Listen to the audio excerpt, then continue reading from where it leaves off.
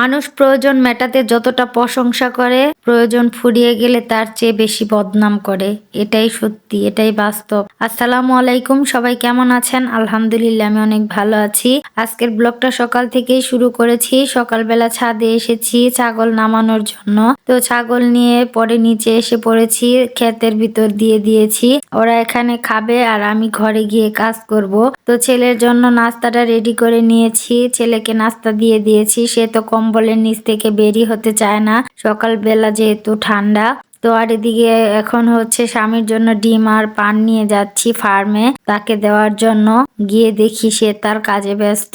তো যাই হোক, মুরগিগুলো সুন্দর খাচ্ছে আর ডিম পাড়তেছে। কিছুক্ষণ দাঁড়িয়ে দাঁড়িয়ে মুরগিগুলো দেখলাম। আসলেই আমার পশু পাখি অনেক ভালো লাগে আর এগুলোকে পালতে আমার আরো বেশি ভালো লাগে। ফার্মে কিছুক্ষণ থেকে তারপর এসে দুপুরে রান্না বাড়া বসিয়ে দিয়েছি। আজকে মোরগ পোলাও রান্না করব, এজন্য মাংসটাই আগে বসিয়েছি। তো মাংসটা আমি এখন কষিয়ে নিচ্ছি। এর ভিতর আমি কয়েকটা টমেটো দিয়ে দিলাম, সুন্দর করে এখন নাড়াচাড়া দিয়ে তারপর ঢাকনা দিয়ে ঢেকে দিব। পরে আবার হচ্ছে কিছুক্ষণ পর এর ভিতরে আমি ঝোলের পানিটা দিয়ে দিলাম যাতে মাংস ভালোভাবে সিদ্ধ হয়। তো এখন নাড়াচাড়া দিয়ে আবার হচ্ছে আরেক পাশের চুলায় পোলাও বসানোর জন্য পাতিল বসিয়ে দিয়েছি তেল, পেঁয়াজ কুচি দিব, লবণ, এলাচ, দারচিনি, তেজপাতা সবকিছু দিয়ে এখন সুন্দর করে ভেজে নিব। আসলে এই ছেলে মাঝে মাঝে বায়না ধরে এমন যে মানে করে দিতে বাধ্য। আমি ইমোশনাল ব্ল্যাকমেল করা শিখে গেছে যে তুমি আমাকে রান্না করে দিতেই চাও না, তো বাধ্য হয়ে আমি রান্না করে দেই। তো যাই হোক, সুন্দর করে ভেজে তারপর হচ্ছে আমি চালটা দিয়ে দিলাম। এখন চালটাও সুন্দর করে ভেজে নিব।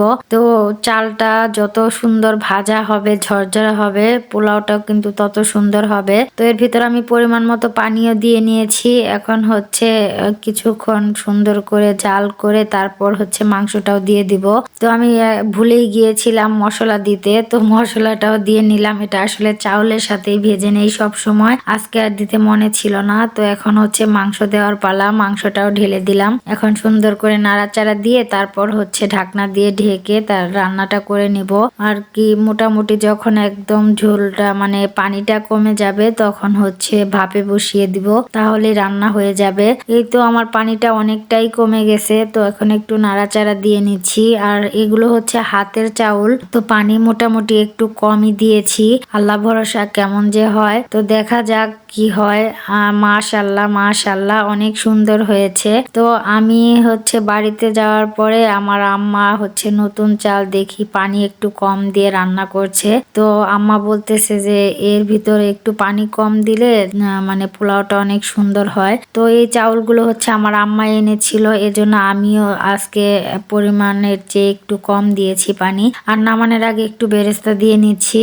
আসলে যেভাবে পারি ওইভাবে রান্না করি, ছেলে খেতে ভালোবাসে। তো এর চেয়ে বড় পাওয়ার আর কিছুই নেই। আমি যাই রান্না করি আমার ছেলে অনেক তৃপ্তি করে খায়। তো রান্না বাড়া শেষ করে খেয়ে নিচ্ছিলাম। তো আলহামদুলিল্লাহ অনেক মজা করে খেয়েছি। আর ছেলে তো খুব মজা করে খাচ্ছে আর বলতেছে আম্মু আমার জন্য রেখে দিও, কালকে টিফিনে নিয়ে যাব। তো অনেকক্ষণ অফ ক্যামেরায় ছিলাম। পরে হচ্ছে রাতের বেলা এসে পড়েছি স্বামীর জন্য পিঠা ভাজতে। তো চুলায় কড়াই বসিয়ে তেল, পেঁয়াজ কুচি, কাঁচামরিচ কুচি সবকিছু দিয়ে নিয়েছি। এখানে হচ্ছে আমি মেরা পিঠা ভাজবো। আগে তো সব সময় তেলের ভিতর ভেজে দিতাম, আজকে বলতেছে তেল পেঁয়াজ দিয়ে ভেজে দিতে। তো যাই হোক, আজকের ব্লগটা কেমন লাগলো অবশ্যই জানাবেন। সামান্য ভালো লেগে থাকলে একটা লাইক কমেন্ট শেয়ার করে দিবেন। আর এখন পর্যন্ত যারা কন্টিনিউ করেছেন তাদেরকে অসংখ্য ধন্যবাদ। সকলের সুস্থতা কামনা করে আজকে বিদায় নিয়ে নিচ্ছি। আল্লাহ হাফেজ।